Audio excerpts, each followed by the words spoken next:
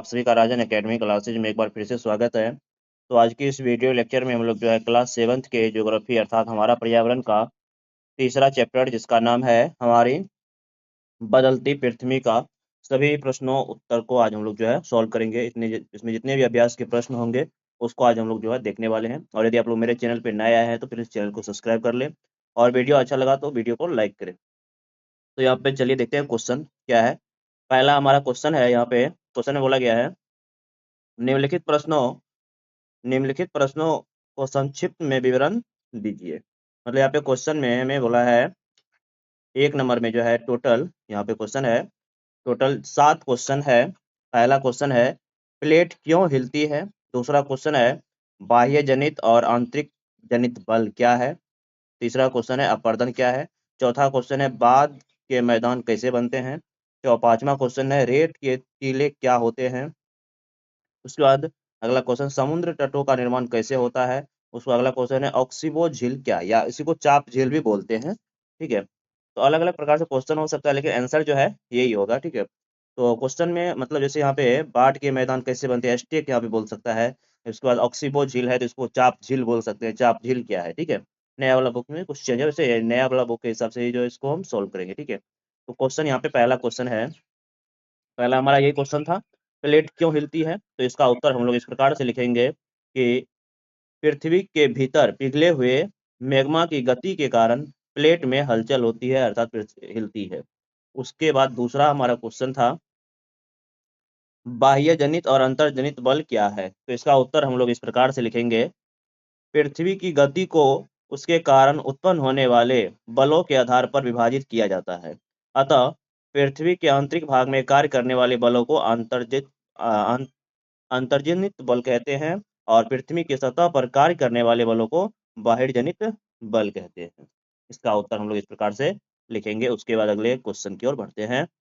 अगला तीसरा क्वेश्चन है अपरदन क्या है। तो इसका उत्तर हम लोग इस प्रकार से लिखेंगे अपरदन को जल, वायु और बर्फ जैसे विभिन्न कारकों द्वारा भूभाग के क्षरण के रूप में परिभाषित किया जाता है।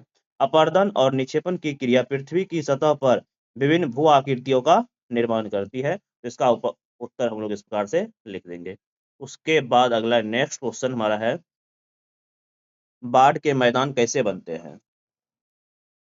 तो इसका उत्तर हम लोग इस प्रकार से लिखेंगे जब कोई नदी अपने किनारों से बाहर बहती है तो उसके आसपास का क्षेत्र जलमग्न हो जाती है और बाढ़ के दौरान यह महीन मिट्टी और अन्य पदार्थों की एक परत जमा कर देती है जिसे हम लोग अवसाद कहते हैं। इस प्रकार उपजाऊ मिट्टी की एक परत बन जाती है जिसे बाढ़ के मैदान कहते हैं। ठीक है, इसका उत्तर जो हम लोग इस प्रकार से लिखेंगे। उसके बाद अगला नेक्स्ट क्वेश्चन हमारा होगा 5वां नंबर क्वेश्चन रेत के टीले क्या होते हैं। तो इसका उत्तर हम लोग इस प्रकार से लिखेंगे रेगिस्तानों में जब हवा चलती है तो वह रेत को एक स्थान से दूसरे स्थान तक उठाती है और ले जाती है। जब हवा चलना बंद हो जाती है तो रेत के कण नीचे गिरते हैं और परत के टीले नामक छोटी पहाड़ी जैसी संरचनाओं में जमा हो जाते हैं। इसका उत्तर हम लोग इस प्रकार से लिखेंगे। उसके बाद अगला हमारा 18 नंबर क्वेश्चन है समुद्र तटों का निर्माण कैसे होता है। तो इसका उत्तर हम लोग इस प्रकार से देंगे समुद्र लहरें समुद्र तटों पर तलछट जमा करती है, इसके परिणाम स्वरूप समुद्र तट का निर्माण होता है। मतलब तलछट जमा करती है जिसके परिणाम स्वरूप जो है समुद्र तट का निर्माण होता है। उसके बाद अगला हमारा क्वेश्चन होगा ऑक्सीबो झील क्या है, या इसी को बोल सकते हैं चाप झील किसे कहते हैं। इसका उत्तर हम लोग इस प्रकार से लिखेंगे जब नदी मैदानी इलाका में प्रवेश करती है तो वह मुड़कर बड़े बड़े मोर बनाती है जिन्हें मीडर कहा जाता है और समय के साथ ये मेंढर लूप नदी को काट कर अलग अलग झील बना देते हैं जिसे हम लोग ऑक्सीबो झील कहा जाता है या इसी को चाप झील भी कहते हैं। चलो, उसके बाद अगला हमारा क्वेश्चन होगा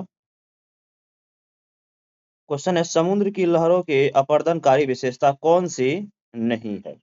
पहला ऑप्शन है चट्टान, दूसरा ऑप्शन है समुद्र तट, तीसरा ऑप्शन है समुद्र गुफा। तो समुद्र तट और समुद्र गुफा तो है, चट्टान अर्थात सेल जो है ये नहीं है। ऑप्शन ए इसका करेक्ट आंसर हो जाएगा।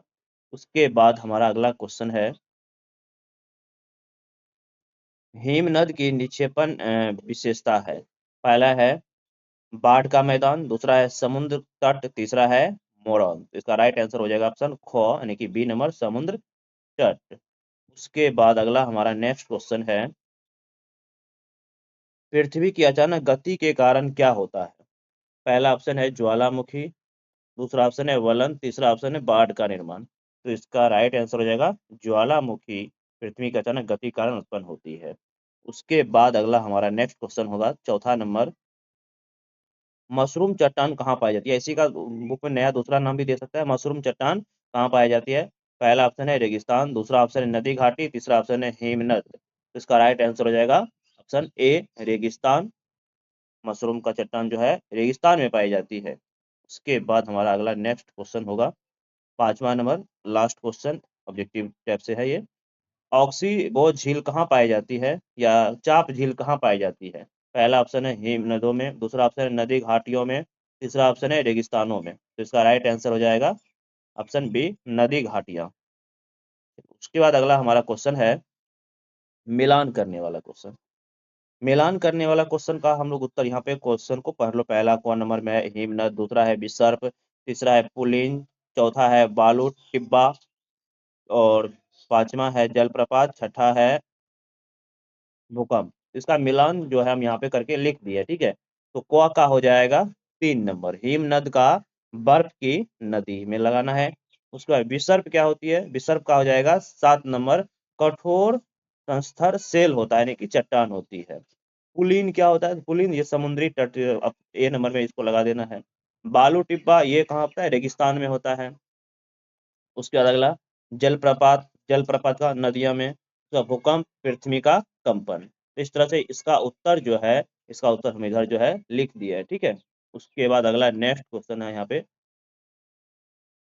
4 नंबर के क्वेश्चन, जो कि हमारा ये लास्ट क्वेश्चन है। चार में टोटल 4 क्वेश्चन है, कारण बोल रहा है बताने के लिए। तो कौन नंबर में पूछा है, कुछ सेल छत्रक के आकार में होते हैं। दूसरा है बाढ़कृत मैदान बहुत उपजाऊ होते हैं, कारण बताना है। समुद्री गुफा स्टेक के रूप में परिवर्तित हो जाती है, इसका कारण बताना है। भूकंप के दौरान इमारतें गिर जाती है, इसका कारण हमें बताना है, ठीक है। तो यहाँ से चलो क्वेश्चन एक एक करके हम लोग सॉल्व करते हैं। पहला है कुछ चट्टान का आकार मशरूम के जैसा होता है, या इसी क्वेश्चन को बोलते हैं कुछ सेल छत्रक के आकार। छत्रक और मशरूम एक ही बोला गया है, ठीक है।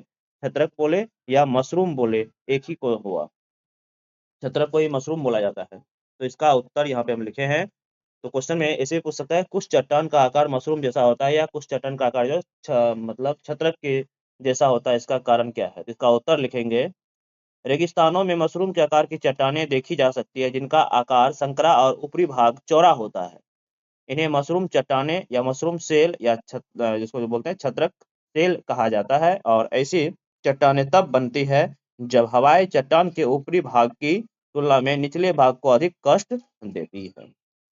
उसके बाद अगला हमारा नेक्स्ट क्वेश्चन है,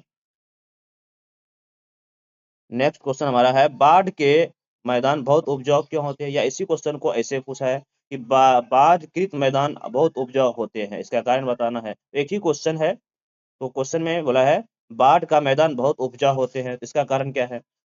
तो इसका उत्तर हम लोग इस प्रकार से लिखेंगे, नदियों द्वारा किए गए निक्षेपण के परिणाम स्वरूप बाढ़ के मैदान बनते हैं। और नदियां अपने साथ महीन मिट्टी और तलछट जैसे अपरदित पदार्थ बहाकर लाती है। जब ये अपने किनारों से बाहर बहती है तो ये अपरदित पदार्थ जमा कर देती है, जिसे बाढ़ के मैदान से बनते हैं। और जमा हुआ पदार्थ भूमि को अधिक उपजाऊ बनाती है। इसका उत्तर जो है हम लोग इस प्रकार से लिख सकते हैं। उसके बाद अगला क्वेश्चन है 3 नंबर में था, समुद्री गुफाओं को ढेर में बदल दिया जाता है, इसका कारण क्या है। या इसी क्वेश्चन को ऐसे भी पूछ सकता है, नया वाला बुक जो है, समुद्री गुफा को ढेर मतलब स्टेक, समुद्री गुफा को ढेर मतलब स्टेक के रूप में परिवर्तित किया जाता है, इसका हमें क्या बना कारण बताना है। ढेर का मतलब होता है स्टेक, ठीक है। इसका उत्तर हम लोग इस प्रकार से लिखेंगे, जब समुद्री गुफाओं में गुहाएं बड़ी होती जाती है तो केवल गुफाओं की छत ही शेष रह जाती है, जिससे समुद्री मेहरबाव बन जाते हैं। आगे चलकर अपरदन के कारण छत भी गायब हो जाती है और केवल दीवार ही बच अक्षुण्ण रहती है, मतलब केवल दीवार ही बची रहती है, जिससे समुद्र गुफाएं टीलों में परिवर्तित हो जाती है, यानी कि ढेर में या स्टेक में बदल जाती है। इसका कारण ये दे सकते हैं। उसके बाद अगला हमारा तीसरा क्वेश्चन है, तीसरा क्वेश्चन होगा यहाँ पे, तीसरा क्वेश्चन लगता है, तीसरा क्वेश्चन तो यही था, तो लास्ट चौथा क्वेश्चन होगा ना, 4 नंबर का ये लास्ट हमारा क्वेश्चन है। भूकंप के कारण इमारतें ढह जाती है, इसका कारण बताना है। तो इसका कारण इस प्रकार से हम लिखेंगे, जब स्थलीय मंडलीय प्लेटें गति करती है तो पृथ्वी की सतह में कंपन होता है और फिर ये कंपन तरंगों के रूप में केंद्र से बाहर की ओर फैलते हैं, जिससे अचानक हलचल होती है और इमारतें ढह जाती है। तो इस प्रकार से हम लोग जो जितने भी अभ्यास प्रश्न थे, उसके बाद 5वां नंबर गतिविधि है, उसको हम लोग सॉल्व नहीं करेंगे। तो 4 नंबर तक में जितने भी क्वेश्चन थे उसको हम लोग सॉल्व किए। यदि आप लोगों को वीडियो अच्छा लगा हो तो प्लीज वीडियो को लाइक करें और हमारे चैनल को सब्सक्राइब करें। धन्यवाद।